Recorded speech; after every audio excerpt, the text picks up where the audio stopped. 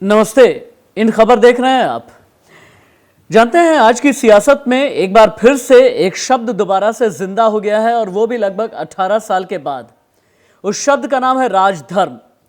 याद है ना ये शब्द? 2002 गुजरात दंगे और उसके बाद मौजूदा प्रधानमंत्री नरेंद्र मोदी उस जमाने में गुजरात के मुख्यमंत्री हुआ करते थे। एक पत्रकार ने उनसे यह सवाल किया था, उनसे कई सवाल किए थे, लेकिन उनके साथ में उस वक्त के प्रधानमंत्री अटल बिहारी वाजपेयी उनके साथ में बैठे हुए थे। एक पत्रकार ने अटल जी से सवाल किया, ये पूछा कि आपकी मुख्यमंत्री को सलाह क्या है?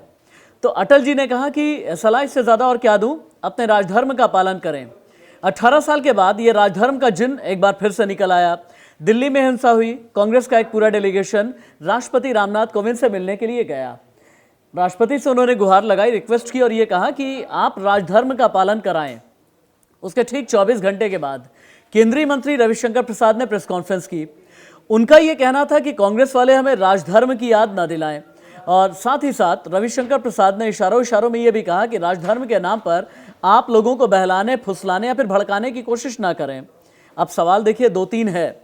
सवाल यह है कि कांग्रेस राजधर्म की याद दिला रही है। कांग्रेस का वो राजधर्म 1984 में कहां चला गया था, जब राजीव गांधी ने कहा था कि जब बड़े पेड़ गिरते हैं उसके बाद आसपास की जमीन हिला ही करती है।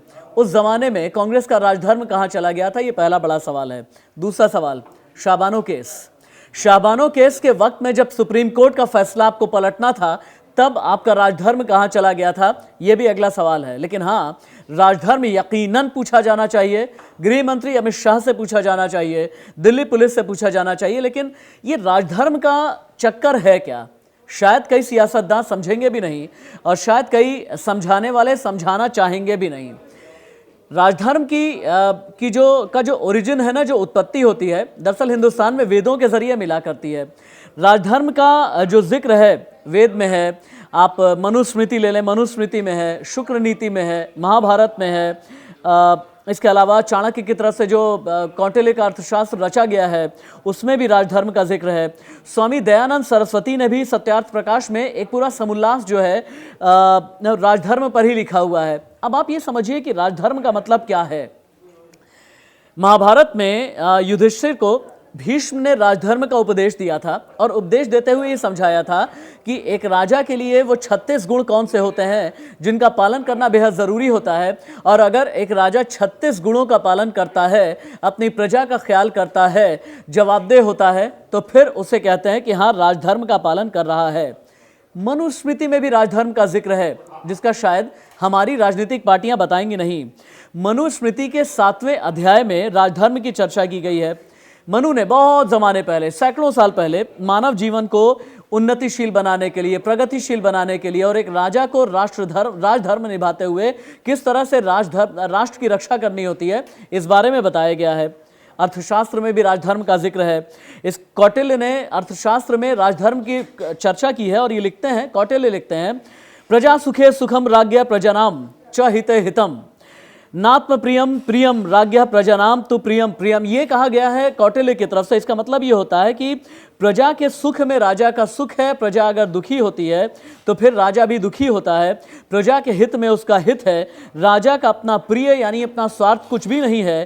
प्रजा का प्रिय ही उसका प्रिय है, यानी जो प्रजा का प्रिय है वही असल में राजधर्म है और यही राजा को समझना चाहिए। लेकिन आप ये बताइए कि क्या हमारे सियासतदान जब राजधर्म की बात करेंगे तो कौटिल्य के अर्थशास्त्र में राजधर्म के बारे में क्या कहा गया है, इसके बारे में बताएंगे? दोनों से ही सवाल है। सवाल रविशंकर प्रसाद जी आपसे भी है। अगर आप सत्ता में बैठे हैं तो क्यों ना आपको राजधर्म याद दिलाया जाए। अगर आप सत्ता में हैं, केंद्रीय गृह मंत्रालय आपके अधीन है, तो क्यों ना आपको राजधर्म याद दिलाया जाए। अगर 40 से ज्यादा मौत हो गई है तो क्यों ना आपको राजधर्म याद दिलाया जाए। अगर दिल्ली पुलिस नाकाम रही है, जो कि केंद्रीय गृह मंत्रालय के अधीन है, तो क्यों ना आपको राजधर्म याद दिलाया जाए। और याद रखिएगा, अगर आप विपक्ष में बैठ करके राजधर्म की बात करते हैं, जवाबदेही की बात करते हैं, तो सर, राजधर्म आपको भी याद दिलाया जाएगा। और आप लोकतांत्रिक मुल्क में हैं, जब राजधर्म याद दिलाया जाएगा तो आपको पालन भी करना होगा, आपको जवाब भी देना होगा, और तभी आप असल में राजधर्म के दायरे में आएंगे। और हाँ, जनता भी कहेगी कि आपने भी राजधर्म का पालन किया है। इन खबर लगातार देखते रहिए। खबरें डंके की चोट पे कहते हैं, लाग लपेट की कोई बात नहीं कहते, घुमा फिरा करके नहीं कहते, सीधी बात होती है। और आज राजधर्म की ये बात आपको कैसे लगी, अपने कमेंट आप लिखिए, और हाँ, अच्छे शब्दों में लिखिएगा, ये मेरी आपसे गुजारिश है। नमस्ते। इन खबर चैनल को सब्सक्राइब करें और बेल आइकन दबाना ना भूलें।